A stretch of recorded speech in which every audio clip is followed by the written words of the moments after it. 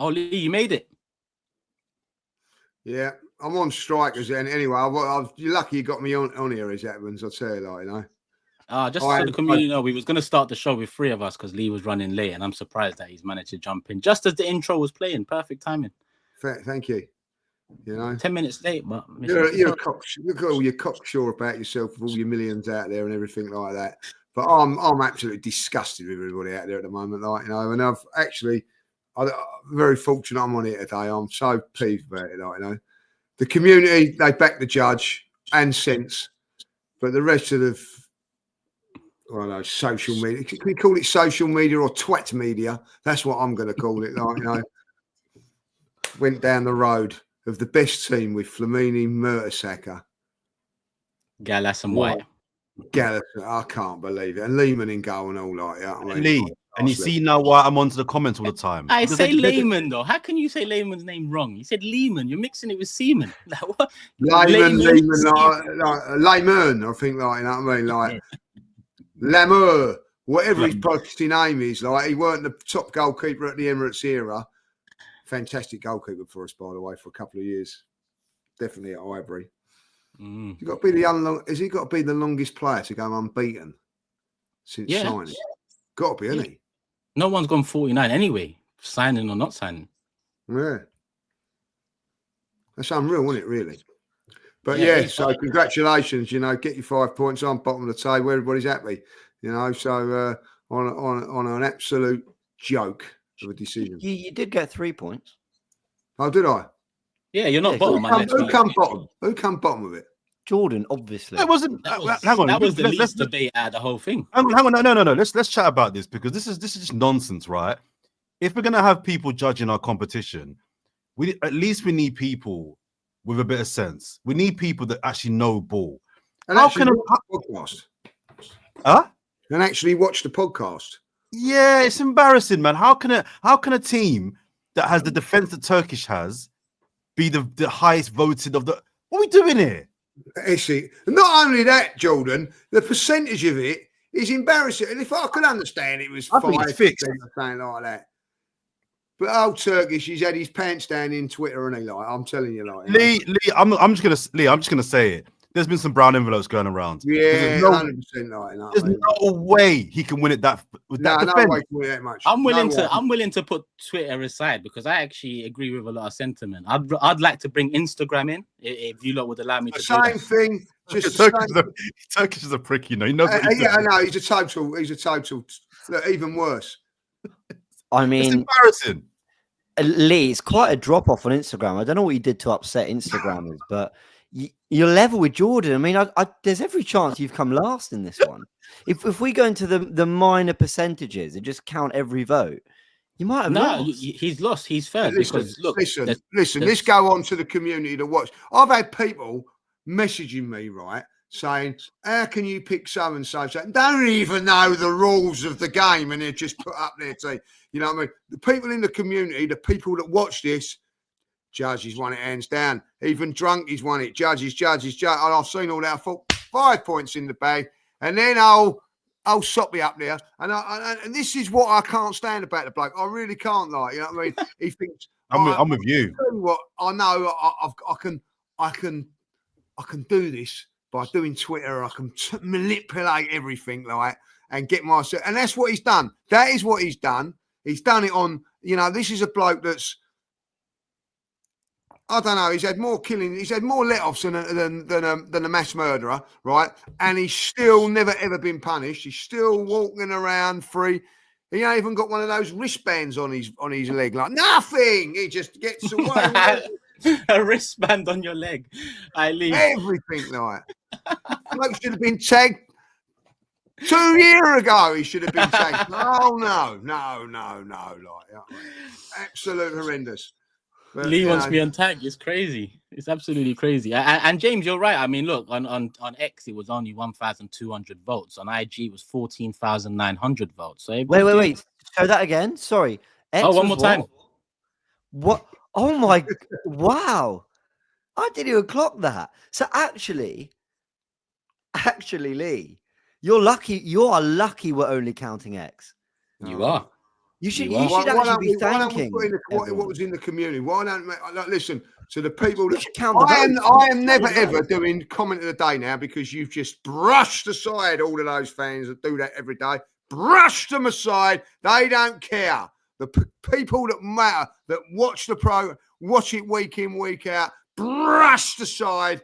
You know what I mean? Like, and I'm not having it. I'm going on strike on comment of the day until. What about Angel Lee?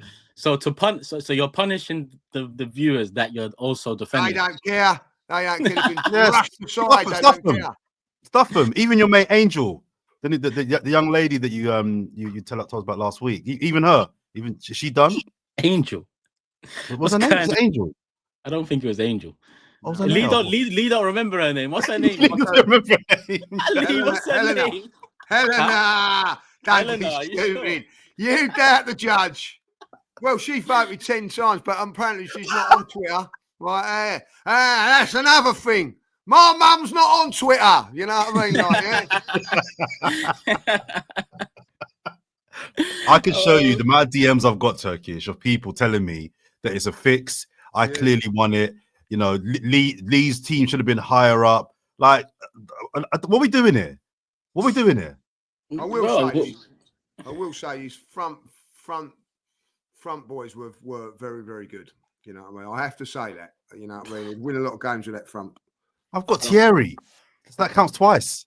You put him in the 10. Yeah, Thierry Henry wasn't really what I would say. You know, it's Thierry. What we do? One season at the Emirates, but the rules weren't prime years at the Emirates. It was played at the Emirates for at least a year. That was the rules. Do you have any other defense? Do you have any other defense to your case? Like, say that again. Once the jury have thrown out your Henry argument, do you have any other defense? It's a strong argument, though. It's a big argument. Okay, but let's just say it gets debunked, then it's out of here. What's your next defense here?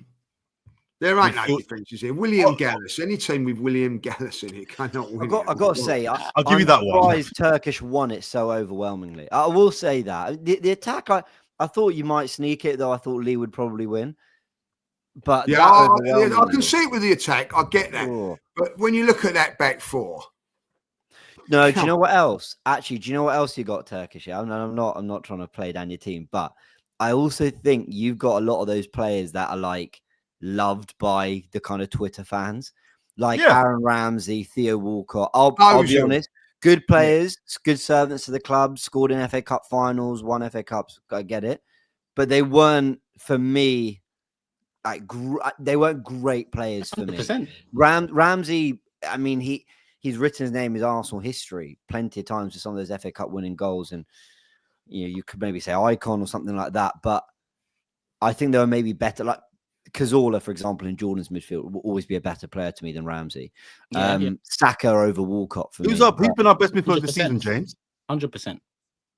But Twitter loves like Walcott and Ramsey. When I see the general reflection on those players online, they're actually really rated. To be fair. It's going to social media. That's the only way. YouTube. I know. Listen, I think like I've got to say Ramsey and Rice was good as well. I'm a big Ramsey fan. And that actually would have been a great. But Lee, is that better than Partey and Cazorla? Rice and Ramsey. Come on, Lee. You know ball. You know ball. Listen, not at their best. Not their best. Maybe not their best. But in saying that, Olivier Giroud is a top 5 Emirates era. They have been in the Emirates era. They have been right. And listen, Jordan's upset.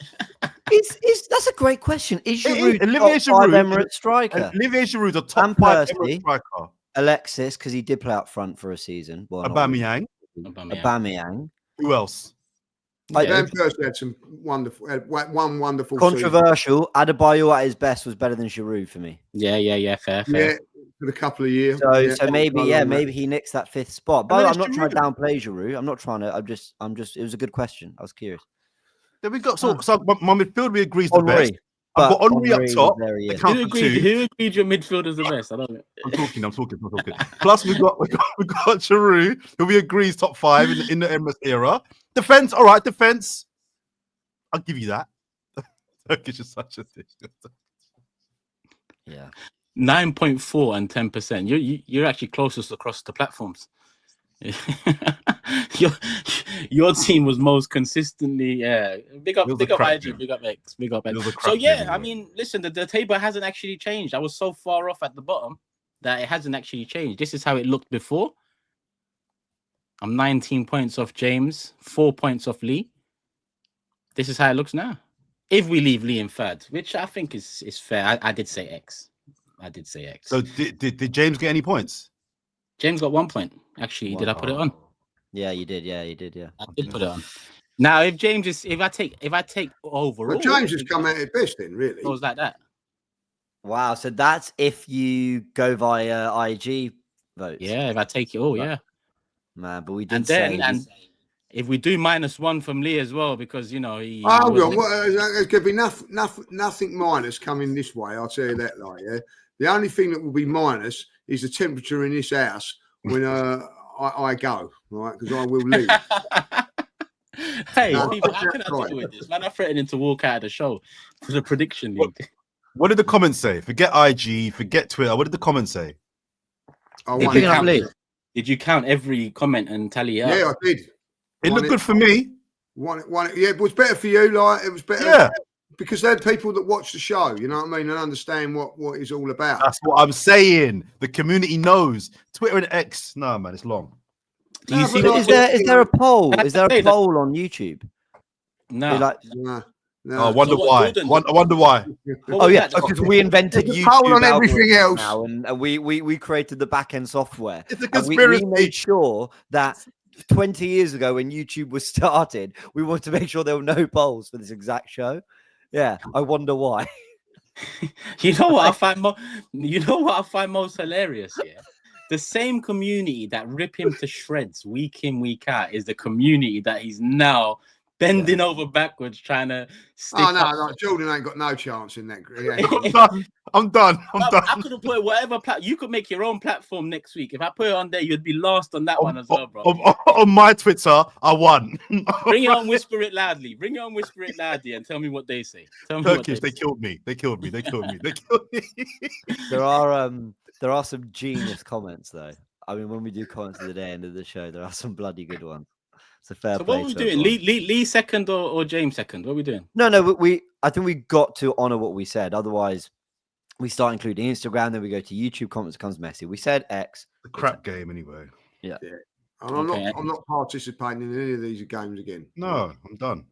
And you lot are happy for Lee to escape the -1 deduction today? I just can't be bothered to argue with him. Thank you, James. Thank you. No, it's not nothing to thank me for. It's because I just find you insufferable. You know, how are you rocking up 5 minutes late? Well, you get the train then going up. Well, I asked to delay the show 10 days ago. No one replied, and you went, "Yeah, well, that's all right for me." And also, you wanted to delay it because it was Mother's Day from 9 to 9:05. I'm out for Mother's Day, right? And I put in. So was I. I got back. Yeah, so was I. At 9 o'clock, I said, "Look, can we just make it a little bit later? Because I might not be home in time. It's going to be tight." And that I didn't hear nothing back. Yeah, 20th of March. No, nothing was confirmed for 9 o'clock, because if it would have been confirmed for 9 o'clock, I would have said the same thing. And like, as I said, you know, I mean, Mum's got the bus home. It's wrong, like, you know what I mean? Like, at the end of the day, like, yeah. Nah, Lee's the worst on it. Michelle in the bathroom with an iPad. His mum's on the bus home. Bus is cancelled. Well, you have to wait for the next one, Mum. All right, I might get here. You know, that's as simple as that. Why didn't you message us today? Why didn't you message us today? Huh? Why? I've been out all bloody day, James. I've been footballing, went out for dinner and everything like that, and I'm home now. You've had my day. I've played football today, and then I've been with my mum for Mother's Day. It's the same thing. I'm crying. You know, just a message, just you know, guys. I'm on the bus. Yeah. Well, I got, you know, I mean, like, 3-hour journey. I thought I put it on Twitter. Did I put it on Twitter as well? Like, maybe I put it on Twitter. All right, cool. Listen, before I forgot about the audio listeners as well. Sorry, Jordan. Let me just read out the table for you. Go on. As it stands after the draft And to be honest, I could do with a couple more drafts before the season ends because I'm still last on 32 points. Lee's 2 points ahead on 34. Jordan's in second on 41. And James now 6 points clear on 47 points. A second title looming back to back. Feels good, James, doesn't it? It does. Are you hoping we get knocked out the Champions League so you can run another draft video? Right, we need after the spare week in April already. I'm looking at that week thinking, we're about to do something. We're about to do something new. But no, it is looking good. I just needed Jordan not to play catch up. Yeah, James is the real winner here. That's all I needed, Jordan not to put points on the board. And then I saw his team and I slept easy after that. So it was all good. Can I do a couple of quick shout outs, gentlemen? Can I do first of all a shout out to you didn't I'm not always say again? You didn't even wait for me to say yeah. Oh, sorry.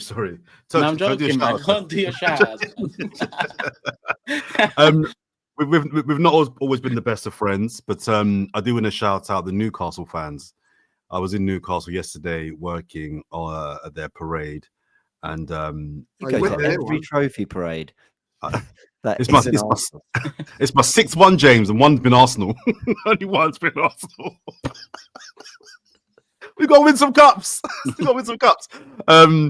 Yeah, big up the Newcastle fans. It was fun.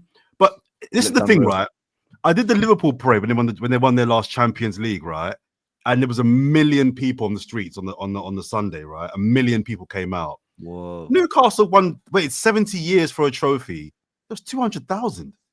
Now I know Liverpool's a bigger city, but still, you'd have thought like every person would have been on the streets to celebrate. But anyway. I thought that was good numbers. What did Arsenal do for the FA Cup? I thought I think it was 300,000. I thought that was serious numbers. I don't know what. I don't know. When Liverpool have won 7 Champions Leagues and they can get 1 million out for their 7th one, yeah. Newcastle no trophy in 70 years and only 300. Anyway, I thought that was a low number personally. So let me just get this right. Big up the Newcastle fans. Yeah. But it wasn't good enough. Just saying, you cry about being a big club. We won a trophy. You win a trophy. I just wanted to clarify. And then you stay at home. Anyway. And my second shout out. You're a brave man. By the way, Arsenal only had 200,000 at the parade in 2015. But it's different because we win trophies on a semi-regular basis. No, 70 years.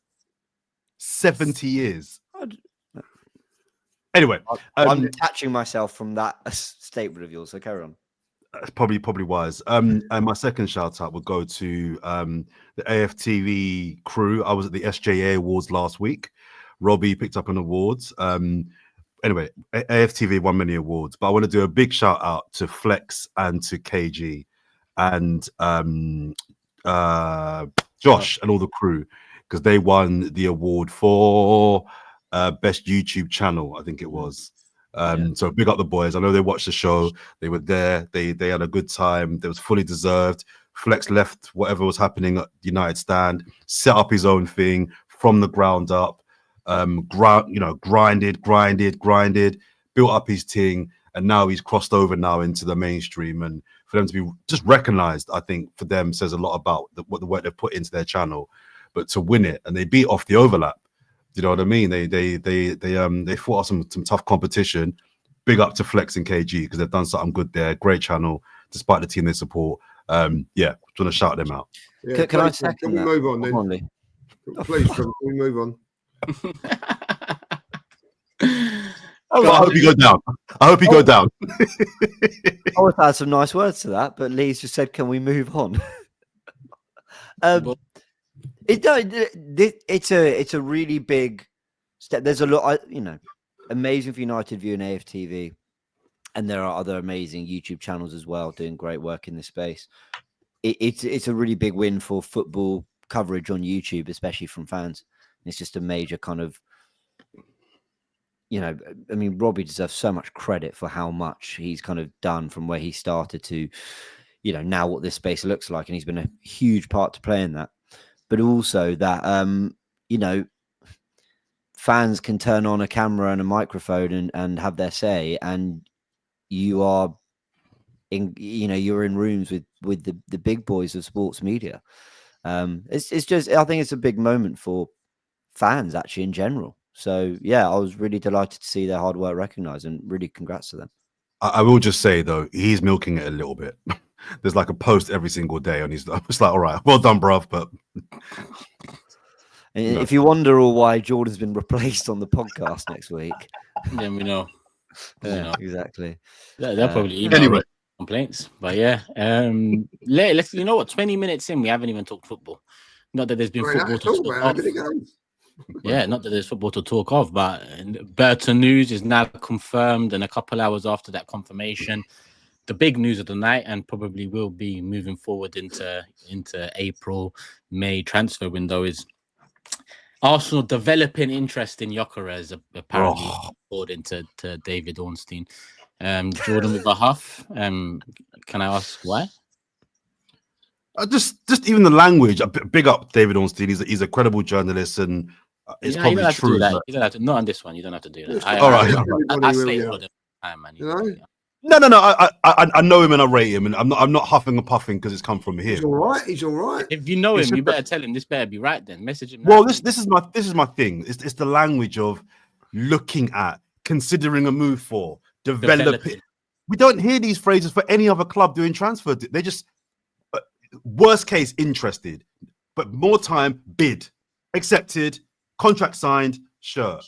So I just this whole we're definitely in for a bit of a boring summer in terms of I think there'll be a lot of transfer activity, but I think we're going to get a lot of constant updates on that kind of level, that kind of language. So strap in.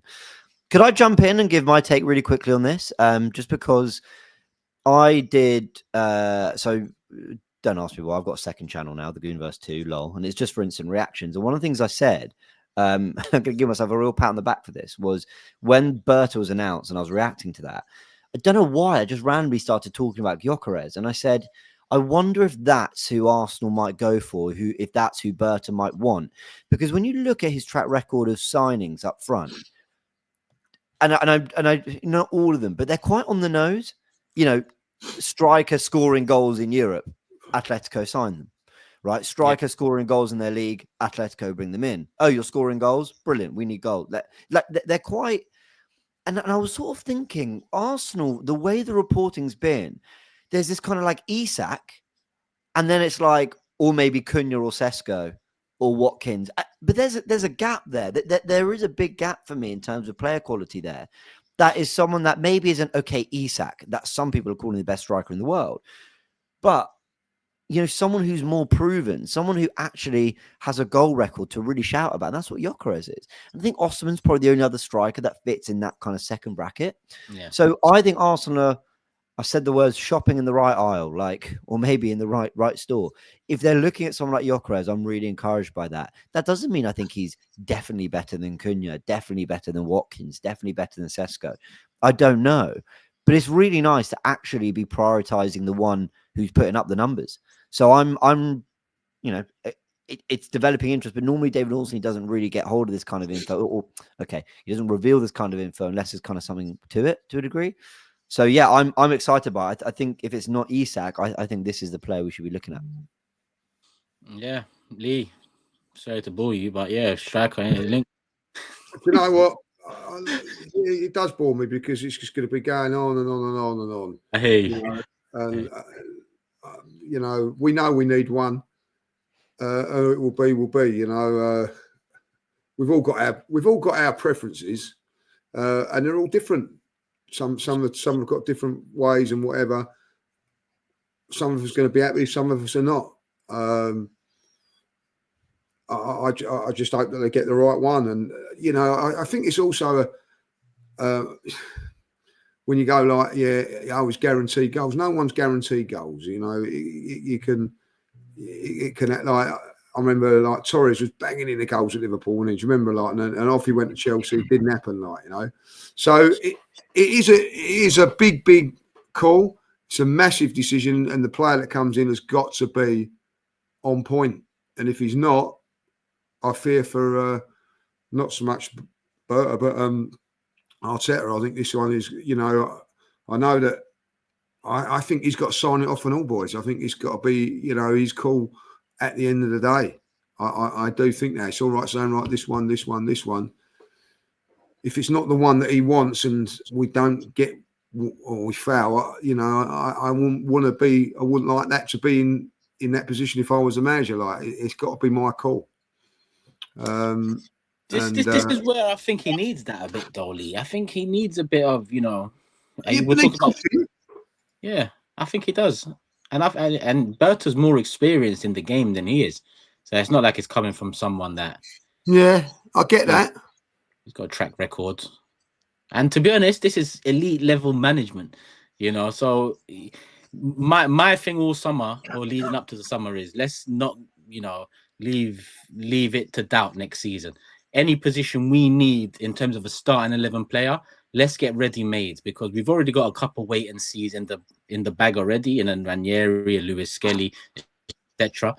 We've had a few wait and sees over the years with SAKA, Odegaard, Saliba, who have come to what they are now. It's time to, and GYOKERES for me fits that profile because you're right. We've all got our, you know, is it Isak or is it Sesko? But I think GYOKERES across the board pleases 80-90% of the fan base because, like James said, I agree with you, Lee. No one guarantees goals because we've seen enough not work across the board, whether it's an English club to an English club or Portuguese or Spanish or wherever. We've seen it all. Examples galore. But I'm with James in that it's refreshing that we're linked to the players. That if it's not Isak, it's GYOKERES for many people. If it's not Isak or Sesko, it's GYOKERES for many. Second, third on the list after getting the first sporting director on the list, in my opinion. I like that. And to be honest, whether Mikel likes it or not, whether it fits his style or not, I couldn't care less because the style's regressed this season. And a lot of it has regressed because of the point blank gap that we've got in the striking department that we all saw leading up to last season. So I'm sorry, a bit of that trust. Remember, I mentioned that it's funny that Arteta hasn't seemed to be behind the sporting director recruitment as much as I would have thought. I'm not, you know, I'm happy about that because it's like you need the pressure as well. You need that person to debate you on your mind, your philosophy, your idea, and vice versa to him. So for me, it's perfect. I get the boring stuff, Dolly, because we do know it could drag. But off the back of this Ornstein stuff, yeah, I don't like the wording developing. The guy's been banging goals for years. Either you fucking like him or you don't. What are you developing here? Yeah. So forget all that. Forget the wording. Go break that release clause. Go break the release clause so we know week 1 of June whether we're getting a striker and then deal with everything else after. Because Zubimendi, nice, okay, cool, maybe Real, hijack it, whatever. But let's get that striker in first week of June, second week of June, especially if it's a release clause. There should be no excuses. So I don't want to be bored by the striker thing because I expect that there's one here with a release clause, like I said in January. Go get him. Go get him. Yeah, I couldn't agree more. Yeah. I think if we got him, I think you're right. I'll be happy. Of course. I've got my doubts about Sesko. I have. I'm not. It's nothing personal or whatever. I don't think he's quite ready yet. And I think if we was to get Sesko, I think we need somebody else to back that up. But I do think that if either one of them two puts us in a different bracket going to winning the title and maybe challenging for the Champions League, it's a massive call. This, by the way, boys. This is going to be the make or break of Arsenal in this 3 or 4 year period where we can win things. I think if they get it right, we could go on. If we get it wrong, I think we'll be kicking ourselves for a few years. Yeah, it's a huge sum. We all know that. But the striker position, because there's a con to every deal, whether it's even Isak for 130 million, whether we like or not, that's a lot of money. Even if he's perfect in every other way, that's a huge cost to Arsenal, to any club really. Or it's GYOKERES or it's Sesko that you're banking more on his potential, or it's Cunha or it's Watkins. Yeah, there are players available, but there's no one that. Well, okay. Yes, there are some great names I've just said there, but there is a drawback to every deal in some way, shape. Well, that's true of every signing ever. So the reason, though, that with this one we talk about it more, there's a drawback to every signing, but the reason that we talk about it more is because it's been such a neglected position and Arsenal are trying to make such a big jump. So there just feels like a lot of pressure on getting this 9 right. But I echo what Turkish said and what we were both saying earlier, that I like that we're actually being linked to names like this. And I really wonder if part of it is also that release clause. What is it? Something like 60 something million, 60, 70 million. No, it's 100 million euro, but it works out to 80 million pounds, I think. But you know, I read a report somewhere. Genuinely, I'll look this up. That they'd be willing to take less. Right, I think that was, so like a verbal agreement, maybe that we let you go for 65. You know what I think about reports, though, man. Like, if I you've know, got load nonsense. you've got a release clause. How are you gonna have a verbal? How are you gonna get a man to sign it? This is your release clause, and then later on verbally say, "But I'll let you go for 20 minutes." Like, bro. No, of course, but either way, that none of that feels like, even if it is say 85 million. I mean, of course, that's a lot of money, but that's the market, and also doesn't feel like it completely defines our transfer window in the sense that if you somehow convince Nico Williams, and I always like to say this phrase, we're playing a bit of Football Manager now, but let's aim for the highest. You've maybe got them both in for 130 million or something. That shouldn't like that shouldn't be like Arsenal done now in the window. Not with how little we spent in the last two, not with what you read about the finances being really good. We had someone on AFTV live with me about a month ago. We were going through basically the financial reports, and you're saying, look, Arsenal look really financially healthy from everything that's been reported. So then maybe that's part of it too.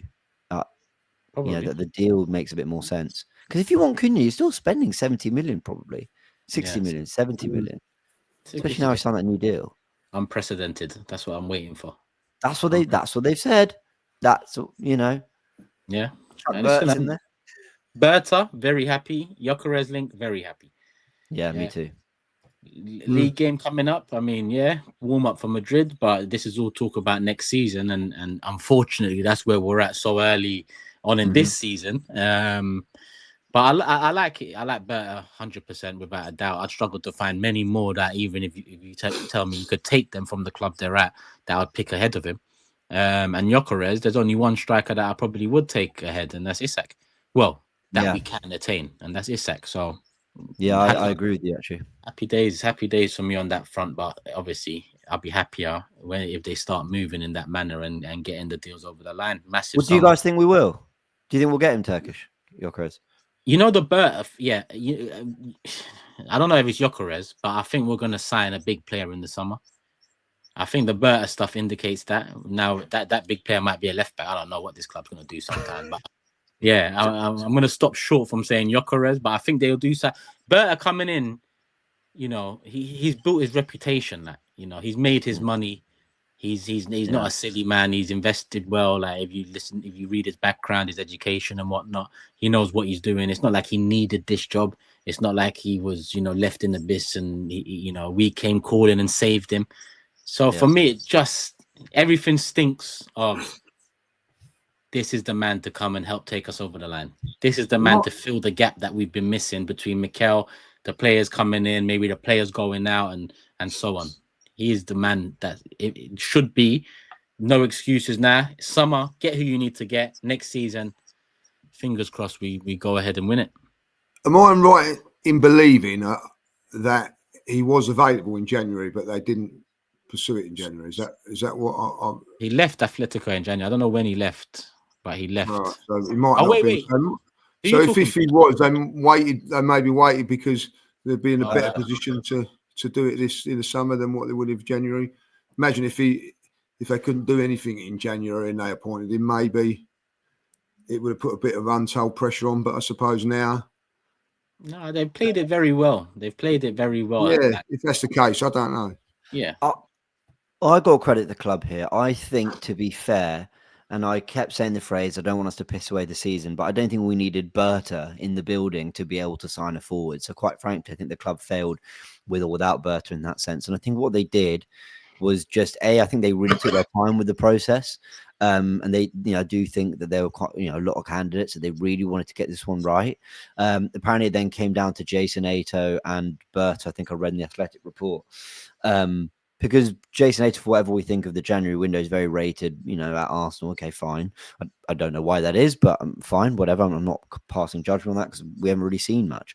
But Berta was kind of the lead candidate. And I think with the way this season's gone, I actually don't think it'd have been right to have had him in for January, even if he was just kind of getting his feet under the desk and working things out. Maybe would have pulled out a loan deal. I think going to summer, this is kind of the momentum we need. Like, right, Berta, new kind of vision, hopefully a new voice, a new kind of way of doing things. And I also really don't want to disrespect Edu because I don't really know how these things. Obviously, I have no idea how these things work. But this is someone, you keep calling him a football man, Turkish, maybe the most football man in the club. I know what you mean without being able to quantify that. I know what you mean. It's the experience. It's what he's achieved at Atletico. But I don't know. Something within me feels like him rocking up, him picking up the calls to players, him talking to agents is going to have a, for want of a better phrase from Raul Sanyahi, it's a different knock a little bit if it's Berta, hopefully, because look what he's done, you know, in terms of signings and sales, by the way. Like, he's been able to pull in some money for some of these players. So I'm really encouraged by it. Actually, when it first all came out, I was like, yeah, okay. I mean, yeah, okay.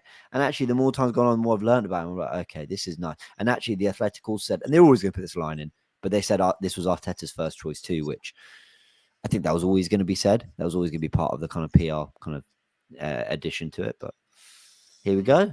The Berta era. I can't wait till we're 10 points off top in November. Listen, I like the appointment because, like I said, no excuses next season. And this appointment isn't one that leaves any excuses. Like GYOKERES isn't a striker that leaves any excuses. The most excuses someone could make, and it'll be these, you know, fans that think they are, you know, fucking Pep Guardiola, hit the next generation, you know, these bellends that they'll say, oh, it's not the style of striker that Mikel. I'm telling people now, I don't give a shit what style of striker. He's a banging striker. He bangs goals. He hasn't done it here yet in this league. He's done it Championship, but there's no excuses with him. If he comes and it doesn't work for him here, then you look at the players around as well as him and the tactics. You don't start looking back and saying we should have got him. He bangs goals. That's it. He bangs goals, Jordan. He bangs goals. There's no excuses. Yes and no for me. I mean, his record in Portugal does looks really good. I won't profess to having watched him and know him that well, so I'm not as all in with him as I think most of the fan base are. He looks like a good striker. If we signed him, would I be pissed? No. Is he my top 2 choices? No. But he's a top striker that I'm sure will score goals. But I think to suggest that we just need any striker. I mean, I don't subscribe to the idea that good players can fit in any system. Whether we like it or not, Mikel Arteta is a system-based manager. So you can't just put any good player into that system. It has to work as part of the... Again, whether we agree with that or not is a separate thing. But the fact is, he is very specific about the football that he wants to play and how he wants to win football games. But if he's so specific about it, yeah, and this is where we also got to understand he's a relatively new manager still. If he's so specific, how do you go from one summer you sign Gabriel Jesus, give him the 9, and then a year later Havertz comes in as the 8, but then he's your new 9, and now we're all saying this is what he wants to do. This is his system. Like I can't lie. No, it's a fair question. I haven't seen him like. He hasn't got it. He didn't get it right with Jesus, and that 6 months of football we played when Jesus first came in, or 4 months, was very different to the 4 months we played the year after, when, you know, Havertz was in the 8 and Rice was in the side as well. So I don't know. I can't say for sure. This is, you are right. Arteta's a system-based manager. Find the system for him. That's what I'm saying. Find the system that. I'm on board. I'm on board with that. If you've got to change your system to accommodate your new £80 million striker, then you got to do that. But I don't think it's as easy to say we're going to get a top striker that it's going to work. And I know you're not suggesting that any signing is going to be a success. We've seen signings come in at all clubs and it not work for whatever reason. But I think that the system is important, and I think he has to work out. His job is, how do I get this guy to score 25 goals this season? Does my system work for him, or do I have to ask him to do different things to work within my system? I think that if the GYOKERES deal does come through, I think we'll see him change his system to accommodate GYOKERES. If you're spending that much money on a striker, I think he will find a system this summer that works, get the best out of him. But we'll see. We'll see. I mean, get the deal done, and we can talk about that. But at this stage, I've had my heart burned too many times. I still fear it'll be Sesko. I genuinely feel it'll be Sesko. I hear you. Yeah, I'm going to watch Gyökeres' goals for Sporting, and I'm really interested to see how many. I'm not quite sure how to quantify this, but no, that's not the word. I don't mean quantify, but I'm interested to see how many goals he scored with, like, 7, 8 players in the penalty area, or how many have been basically against a low block, how many have been crossed into the box, how many have been tap-ins, how many have been, minimal space. Now he looks like he's got the power and minimal backlift and actually can do a lot with very little. But just when I think of the player in my mind through the comps I've seen on Twitter or the games I've watched or whatever, there's a player that likes to attack space. How often do Arsenal get now? To be fair, actually, we do sometimes sit in a low block ourselves, even against teams in 14th, 15th. We don't mind getting into a shape. So maybe there's something there. I also think we're a side that could really improve in transition. So maybe he gives us that. So I'm not saying that just because he scores those types of goals, they wouldn't be suited to us. But I'm just interested. Ultimately, we want to add quality players, and I hear that. But what we'd really want to add is players that will help us break down teams. It's where Arsenal struggle the most. Is that going to be... Now, maybe. He's tall. He's strong. He seems to be able to do a lot with very little. That's great. You need that against those kind of sides. But I'll really look into that, because it will tell us a lot about how much he fits into what we're trying to do. And I think we've all said we need an attacking mid and a winger as well. Yeah, exactly. So it doesn't all fall on this striker signing, because it's more than that. Creating chances has been a problem as well. So listen, like I said, no excuses. We got a top striker there now. We already know there's a transitional problem. It doesn't come in with GYOKERES. That was already there prior. So it's something that we need to fix. But this is all, listen, this is all for the future. This is all summer, next season, 25-26. We've still got something to play for this season. Real, that's in what, a week or so? No. Yeah, a week or so. A week and a half. Just over a week, yeah, mad. But we've got a couple Premier League games before that, starting with Fulham, and the main news is Jordan's interrupting. Sorry. Just before we do go ahead, can we just very briefly just go back to the England game? Just a couple of points. I thought we're getting shout outs again. Nah, it's cool. No, not yet. Big up my guy in Tesco. No. On the England game, just want to make just quick points. Mars Lewis Skelly, big up to Mars Lewis Skelly for his debut. I stand by my points that I think players get international caps nowadays too easy, but put that to one side. I thought he was brilliant. I was commending his performance even before the goal. I thought even before the goal, the Mars Lewis Skelly that we saw for England in that first 15-20 minutes is what we've seen at Arsenal. There was no, he's playing a little bit different, and is he a bit nervous? And he was getting on the ball. He was clamping, man. He was communicating. I was watching him. I was just focusing on him because the game was the game. I was watching him, and he just seemed like the same. I love his confidence. We've waxed lyrical about him before.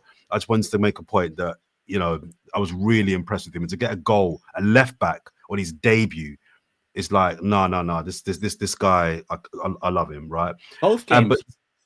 Yeah.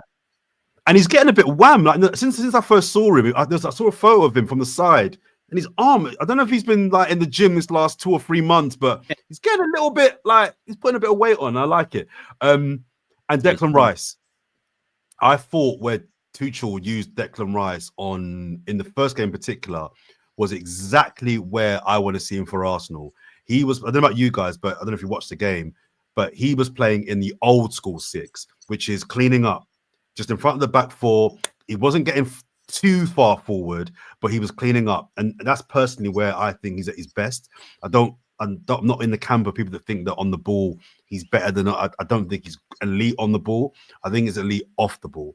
I think he's elite in reading danger, interceptions. He's an athlete, covering the back 4. And Tuchel, it seems like Tuchel deliberately used him as a shield. And at Arsenal, for me, I want to see him as the goon in front of the 2 goons. So it's Gabriel and Saliba back there. To get to them, you got to get past me. And that ain't happening. And the big part of our success last year and our clean sheet record, we can chat about SAKA, we can chat about Havertz, had a good year last year. But for me, it was that triangle. It was that holy trinity of Saliba, Gabriel, and Declan Rice.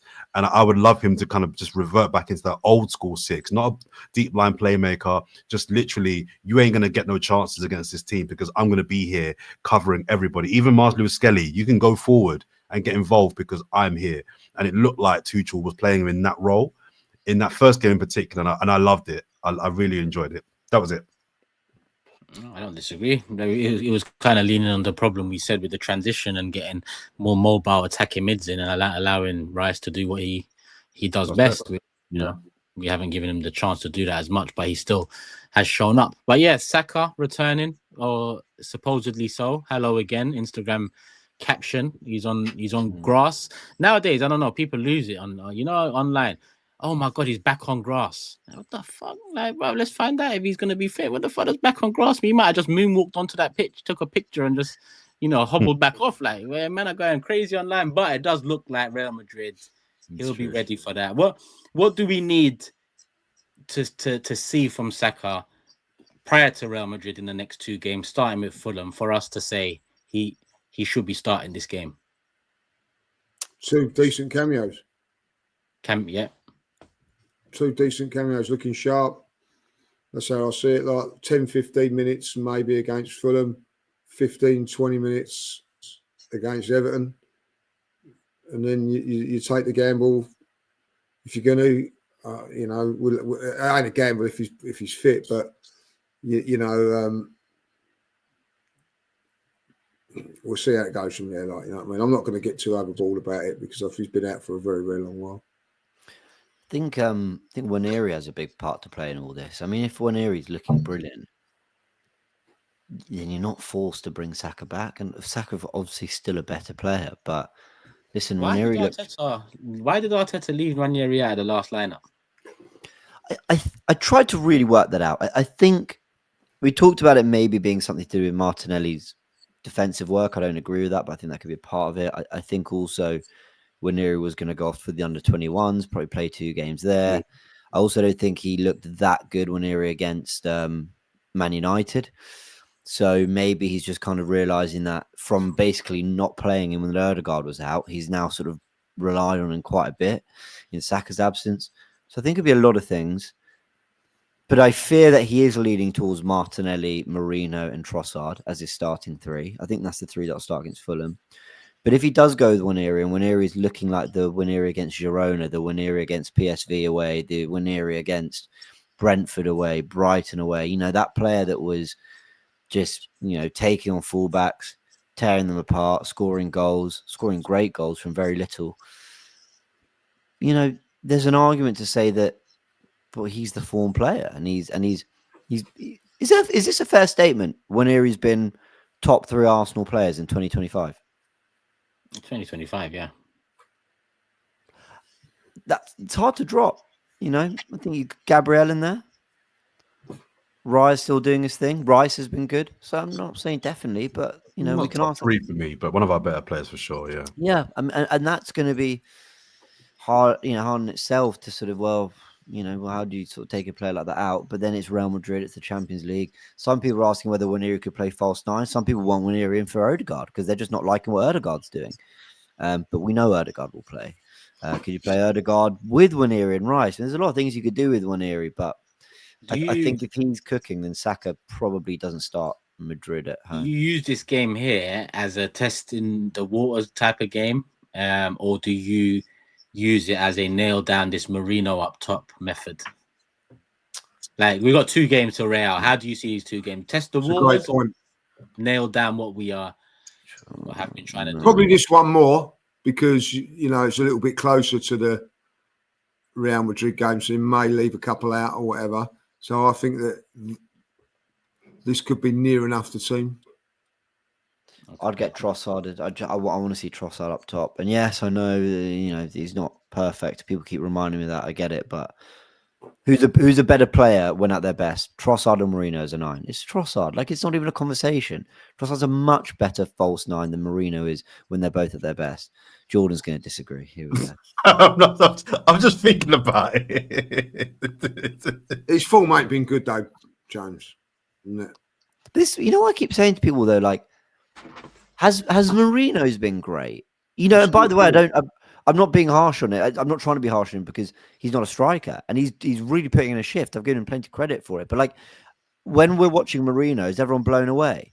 Like, wow, look what we've discovered. I want him back in midfield as soon as possible. Not necessarily starting, but I'm not going. Let's put it this way: I'm not going into next season going, oh, great, we need one striker less because Mourinho can play. No. I'm going, like, thank you very much. We're an injury crisis. You've done a bit. And you've actually scored some goals. To be fair, he's a bit more clinical than most. I'll give him that. And he scored some really good goals. But, you know, that's not... Arsenal haven't looked good, guys, have we? Chelsea at home, Man United at home, PSV at home. Sorry, Man United away, PSV at home, West Ham at home, Forest away. Mourinho started up front in all those, I think. And we haven't looked good, have we? No, I agree. He has scored a few goals. He's nicked a few goals, but I also think there's maybe because he's playing in there, creativity isn't right as well with the right runs and the right hold up. I don't know. Something not quite right up there. Like, you know, I think it's a difficult one. Or Martinelli up front. I'd like to see that Martinelli. Yeah, I'd like to see that before Real Madrid game. I don't really want to be going into the Real Madrid game with Mourinho up front. And that's nothing against what he's doing, guys. I really don't. He's giving it a good go. He really is. Sorry. I've been banging on about this for weeks. It's the plan B. I get our plan A might be successful, and people have been discussing the percentages of that all week, and they'll discuss the percentages of it for the next week or so. I get that, but I just feel plan like if we go one behind in any part of the game, what do we have to change it up? No one's been tested up front apart from Mourinho, and we've seen Mourinho's best work up top really come on as impact for us and Spain. So I've been dying to see something else. And now listen, I get hands are tied, you know, injuries, but since Martinelli's been back, I'm with James. I would have liked to see either or Martinelli, Trossard, Nwaneri, or Trossard, Martinelli, Nwaneri, just to be able to know if we go 1-0 down or it's 2-1 on aggregate with 10, 15 minutes to go at the Bernabeu. Imagine we're a goal down with 15, 20 minutes to go at the Bernabeu. What do we honestly have? We're going to be whipping balls in for Mourinho while Rudiger's ragdolling him, because Rudiger does this with top strikers. So where is the player that can maybe go off the shoulder or, you know, just a bit of pace? And even that with Martinelli, I haven't seen enough of it to know he's still really got that pace we said he had 2 years ago. But it'd be nice to see something different, because cool, start with the structure, the rigidness, and Mourinho. If that's what you want to do, that's fine. But if we go a goal down, that he ain't get like that ain't getting us back in it. Yep, it ain't. Totally We've seen it fail against West Ham, Leicester until he came on. I'm talking about the transition and the attack. Nottingham Forest, we didn't score. Man United struggled. Chelsea didn't. This is Real Madrid we're talking about, and if that scenario comes with 20 minutes to go at the Bernabeu and we don't have anything else to try, then it's a sad day. It's a sad day. Trossard has scored in big games. You know, he scored the equaliser on aggregate against Porto at the Emirates. He scored the goal at the equaliser against Bayern Munich when we were 2-1 down, struggling in that game. You know, he scored against Liverpool that third goal to secure the 3-1 win. He scored a hat-trick at Anfield before, albeit for Brighton. But he has scored against big teams. And look, people, I'm not trying to convince everyone in the comments, everyone watching this, that, you know, Trossard is an absolute world beater and we're crazy for not playing him. I totally understand the issues. I keep asking myself, like, you know, ultimately get players where they're comfortable in positions they actually play. And if you maximize that, you've got a chance, because a midfield of Ødegaard, Partey, Rice, and a front three of Saka, Trossard, Martinelli, I'm expecting to do something to Real Madrid. I am. I'm not sitting there going, oh, injury crisis though. I'm looking at Arteta going, why can you have got more out of these players? Like they're good players on that pitch. You know, why could you have not got more out of them? I'm going more towards Trossard up top than Martinelli. Martinelli up top, it's horrible. He doesn't have the guile or the intelligence to play that role. We've seen it a few times and it's been horrible. So I don't want to see Martinelli through the middle. It's Martinelli on the left, Ranieri on the right, Trossard through the middle. Trossard's just got to try and get his heels clipped, try and get some cheap free kicks around the box. We know we're a threat from set pieces, and you've got to use the pace of Ranieri and Martinelli in behind. That's just. Is that what you do against Fulham then? That front three? I would, and I know people talk about injuries I'm and that. I'm with you. I think you got to go into that Madrid game with momentum and wins.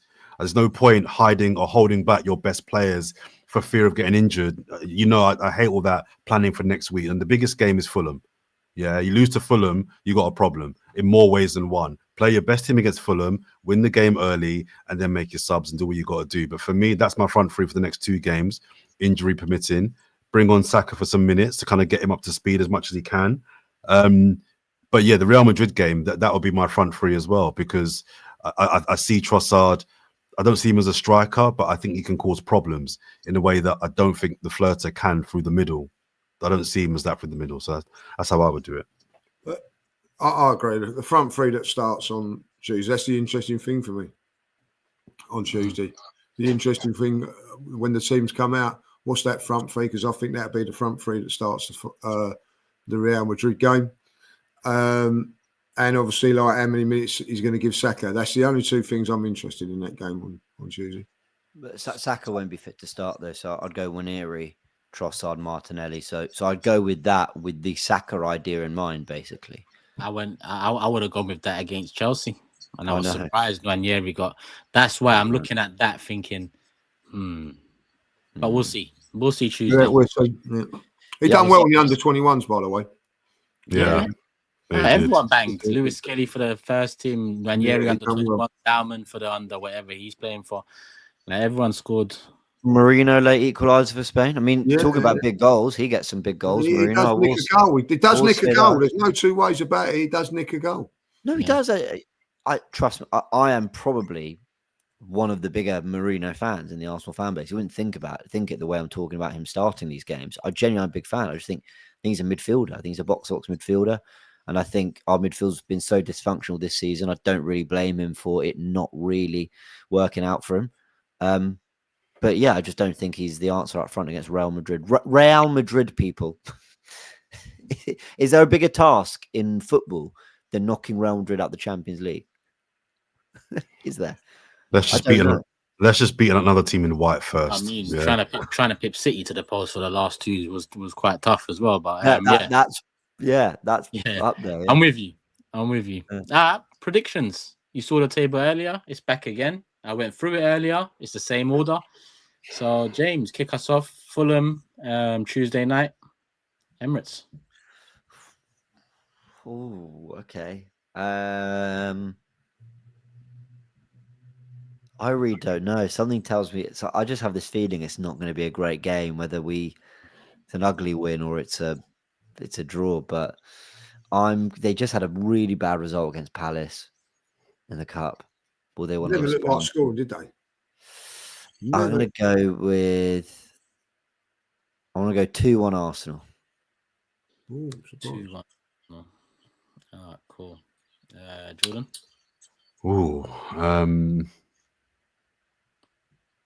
I'll go 3-1 Arsenal. 2-1, 3-1. Lee. 2-0.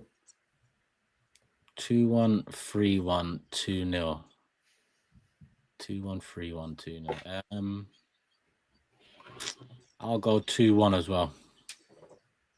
Yeah, I'll go 2-1 as well. I ain't trying to catch James. So yeah, I'll stick with that. All right, people. Couple 2-1s, a 3-1 and a 2-0. Let us know yours in the comment section below. That's if we continue reading it, because Lee's trying to throw that whole section in the bin. I don't know how he's feeling right now, but yeah. Right, well, no comment of the day then? Well, my comment was the one we said, like, when hold on, I've got it here, hold on. Bear with me. I'll put my glasses on, hold on a minute. This comment's from 10 days ago too, isn't it? Yeah. Oh, Lee smashed it, even though he's drunk. You know what I mean? Like, the others should be ashamed. Something like on those. I can't read it. Something like that. Can't read it because he ain't there. He's just made it up. Okay. Great acting, Lee. Great acting. I'll tell you what, my phone's not. Yeah. It's the phone, definitely. Yeah, hold on a minute. I'll get someone else go. I'll get it up. Well, the amount of hold on a minute. We've got another hour to go, mate. How many minutes should we hold on? But don't worry, Lee. It's all right, man. Don't worry. You get minutes late. You don't get docked. You can chuck comments of the day in the bin. You don't get docked. Like, I'm not a dictator here. I'm just, a friend. No, I've got comments. Got loads of them. Do you know who Lee is? Lee's the kid at school that swore blind to their teacher they did their homework, but they just forgot it. Yeah, I did it. I swear I did it. Now Turkish finishes with defence. My fish ate it. My fish ate my homework. He's that type of guy. Yeah, exactly. Always done my homework, James. Yeah, of course. Should I get my one in? Go on, you go. I'll go next.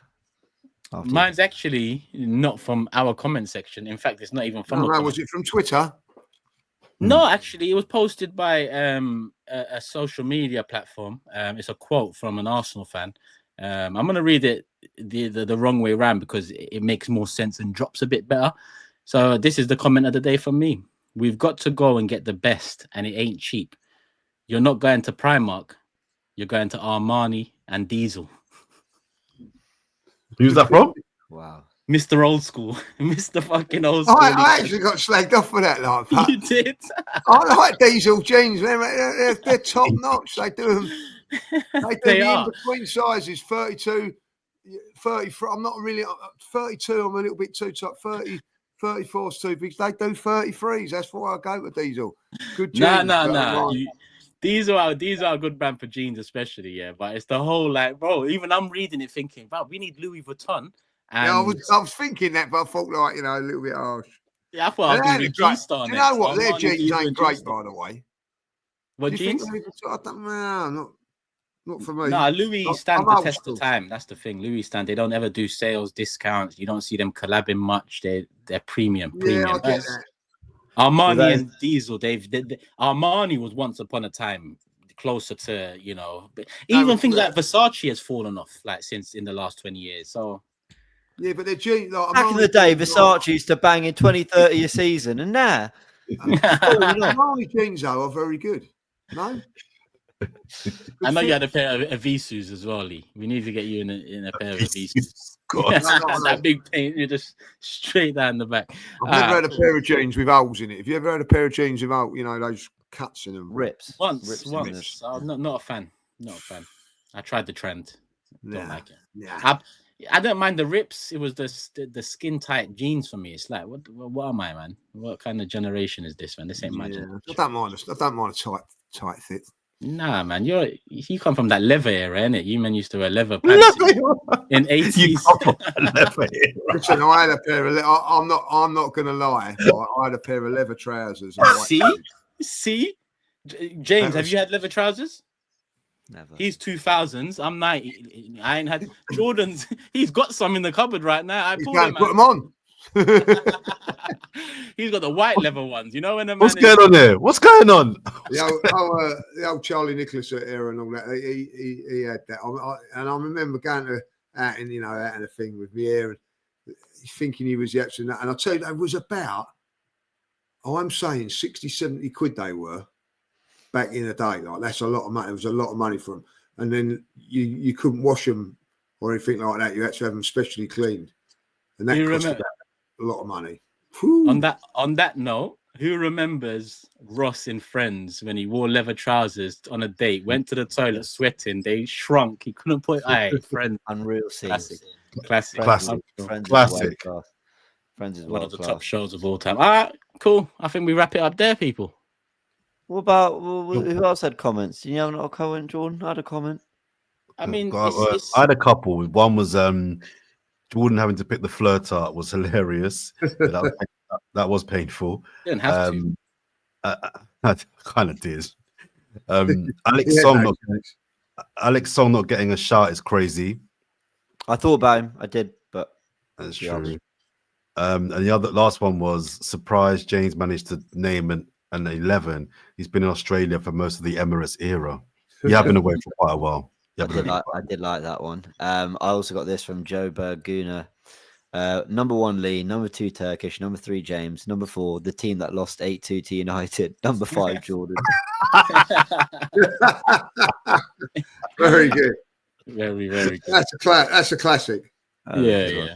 So, someone also said, Jordan, how do you pick Henry first and end up with the worst team of the 4? It's mad, people. because it's true. I thought that to myself as well. How do you have first pick and end up last? That is crazy. But that's Jordan as well, people. It's crazy, but it's Jordan. You know, you can only find that whatever Arsenal, huh? We all got ripped online by certain people who didn't read the tweet properly and thought that we did our all-time idiots. Yeah, crazy. It was like, really? Like, do you really think that, you know, Jordan had Ethan Munir as his greatest Emirates era right winger of all time? Someone said if Turkish had Clichy instead of Flamini, it'd be perfect. I said, have you seen the rest of my defense? Is that the only issue you found? But anyway, love for the love community, whether you're here on X or on Instagram or on TikTok. I'm not even part of that.